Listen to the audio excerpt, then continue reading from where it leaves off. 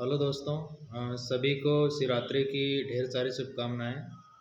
भगवान शिव का आशीर्वाद आप लोगों को मिले और आप लोग अपने जीवन में मन चाहे लक्ष्यों को प्राप्त करें और जीवन में अपने लक्ष्य को साधें।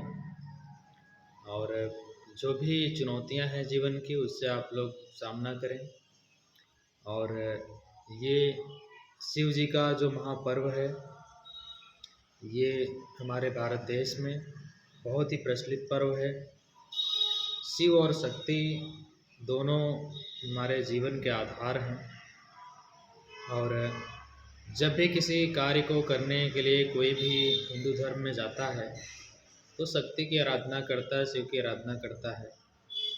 जैसा कि जब भगवान राम भी रावण पर विजय प्राप्त करना था तो उन्होंने भी रामेश्वरम में शिवलिंग बना करके जो है भगवान शिव की आराधना किया और फिर माँ शक्ति की आराधना किया। क्योंकि जब वो रावण पर विजय प्राप्त करना चाहते थे, बाण मारते थे जब, तो वो बाण असफल हो जाते थे। क्योंकि रावण पर जो है माता शक्ति का आशीर्वाद था और वो जब मार नहीं पाते थे तो अंततोगत्वा उन्होंने जो है विभीषण जी से पूछा, जामुन जी से पूछा, सलाहें लिया कि ऐसा क्या है कि रावण मर नहीं रहा है। तो उन्होंने कहा कि रावण इसलिए नहीं मर रहा है क्योंकि उसकी रक्षा स्वयं माँ दुर्गा आदि शक्ति कर रही हैं।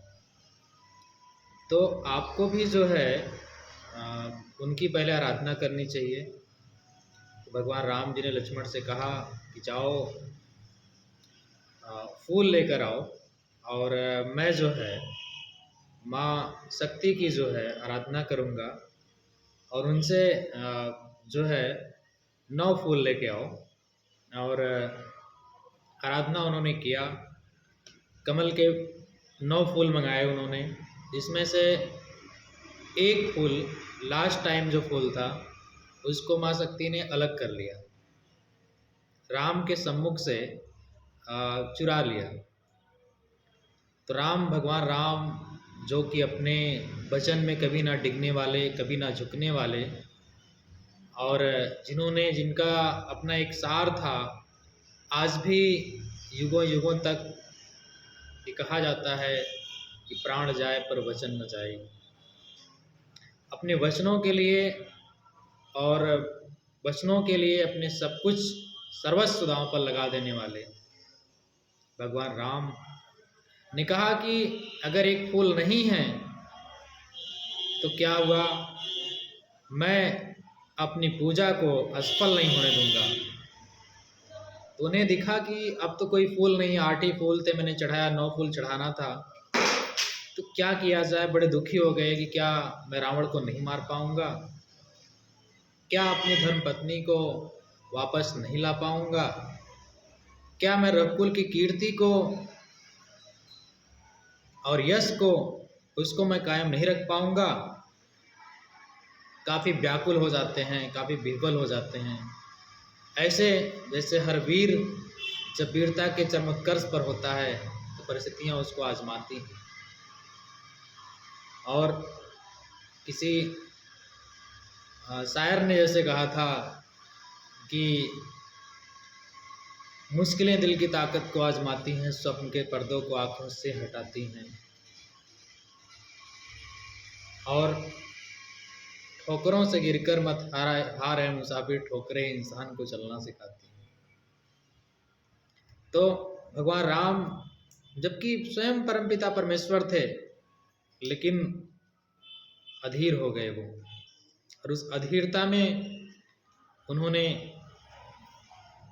लक्ष्मण से कहा कि लक्ष्मण, पूजा को मैं असफल तो नहीं होने दूंगा। फिर उन्होंने चिंतन किया, याद किया, तो उन्होंने कहा कि माँ मुझे बचपन में कमल नयन बोलती थी, माँ कौशल्या मुझे बचपन में कमल नयन बोलती थी कि मेरे नेत्र कमल के समान हैं। तो मेरे पास 2 नेत्र हैं, मैं एक नेत्र जो है माँ को ही अर्पित कर देता हूँ। मेरा कुल, रघुकुल की मर्यादा और रावण पर विजय, सारी दुनिया पर संकट के बादल का छटना, अगर सब कुछ प्रजाहित में है तो मेरी आंखें एक नहीं भी रहेंगी तब भी कोई दिक्कत नहीं। भगवान राम ने लक्ष्मण से कहा, लक्ष्मण मेरे बाण लाओ। लक्ष्मण जैसे ही बाण लेकर के जाते हैं और जैसे भगवान राम बाण को उठा कर करके अपनी आंख में लगाने के लिए, आंख निकालने के लिए जाते हैं, वैसे ही मां शक्ति प्रकट हो जाती है। कहती हैं कि हे प्रभु, आप कैसी भूल करने जा रहे हैं? जो स्वयं परब्रह्म है, परमपिता परमेश्वर है, जिसकी शक्ति के आगे कोई शक्ति नहीं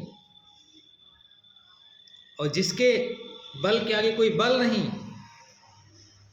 जो मर्यादा पुरुषोत्तम है, जिसने अपनी मर्यादाओं में ना कोई धरती पर आया ना कोई एक आएगा, ऐसे ऐतिहासिक क्षण को रचने वाला स्वयं परमपिता परमेश्वर, आप क्या करने जा रहे हैं? मां शक्ति ने कहा कि हे प्रभु, आप तो दिग्विजयी हैं, आपको कौन हरा सकता है? आप चाहिए निश्चय ही आप रावण पर विजय प्राप्त करेंगे।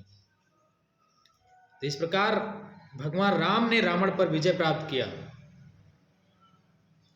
तो शिव और शक्ति कितनी महत्वपूर्ण हैं। राम हमेशा शिव को याद करते रहते हैं, शिव हमेशा राम को याद करते रहते हैं। और इन्हीं चीज़ों में जो है आज मैं आप लोगों से यही कहूँगा, जीवन में जो कुछ भी बनाइए, कभी भी कोई भी कमिटमेंट करिए, कोई भी वादा करिए, कमिटमेंट करिए लाइफ में, उसके लिए अपने सर्वस्व लगा दीजिए। जितने भी बड़े बड़े बिजनेसमैन हैं धरती पे, जिन लोगों ने इतिहास रचा है, जिनकी हिस्ट्री बनी है, उन लोगों ने जो कहा उसको किया। क्योंकि जब इंसान की कमिटमेंट नहीं रह जाती, उसके जीवन में का कोई मूल्य नहीं रह जाता। और जिस जीवन का कोई मूल्य नहीं, वो जीवन पशुओं के समान है, उसका कोई अर्थ नहीं होता। ऐसे निरर्थक जीवन का कोई मतलब नहीं होता। तो मैं आज युवा सेवा सहयोग समिति का राष्ट्रीय चेयरमैन ज्ञान चंद्र यादव और आरआर ग्रुप ऑफ इंस्टीट्यूशंस का एज ए करियर काउंसलर, जिसने हज़ारों जिंदगियों को ज़िंदगी दिया और हज़ारों लोगों को आज मैं प्लेटफॉर्म दे रहा हूँ जीतो इंडिया जीतो महामंच से, कि कोई भी युवा आ करके अपने कैरियर को बनाए और हमारे तक अपनी बात को पहुँचाए। पूरी टीम को बना रहा हूँ और मैं आज ये चीज़ शिवरात्रि के अवसर पर कह रहा हूँ, जो भी लोग मेरी आवाज़ को सुन रहे हैं, अगर वो मेरे इस मुहिम में शामिल होना चाहते हैं तो सदस्यता फॉर्म भरें, हमारा सदस्य बने, हमारे टीम का हिस्सा बने। और फिर मैं बता दूं, ये संस्था एक ऐसी सक्षम संस्था है जो कि सारे गुणों से, सारी युक्तियों से, और ऐसा कोई स्तर नहीं जिस लेवल पर संस्था सक्षम ना हो। अगर इससे आप लोग जुड़ते हैं तो आपका कैरियर ही नहीं बनता, बल्कि आप भारत के नहीं विश्व लेवल पर एक सक्षम नागरिक बन के आते हैं। मैं आप लोगों से फिर से कहता हूँ कि मेरे मिशन को आगे बढ़ाने में अगर आप आगे आना चाहते हैं, आपका हम मोस्ट वेलकम करते हैं और आपको हम सक्षम बनाने का संकल्प भी लेते हैं। और हम संकल्प तो आज 10 वर्षों पहले से ही ले चुके हैं और हज़ारों संकल्पों को पूरा करने का भी हमने कार्य किया है। तो आप लोगों से मेरा फिर से यही अनुरोध है कि जीवन में जहाँ भी रहिए, अपने लक्ष्य को बना करके उसको प्राप्त करिए और ज़िंदगी में खूब आगे बढ़िए। थैंक यू और बहुत बहुत शुभकामनाएं आप लोगों को शिवरात्रि।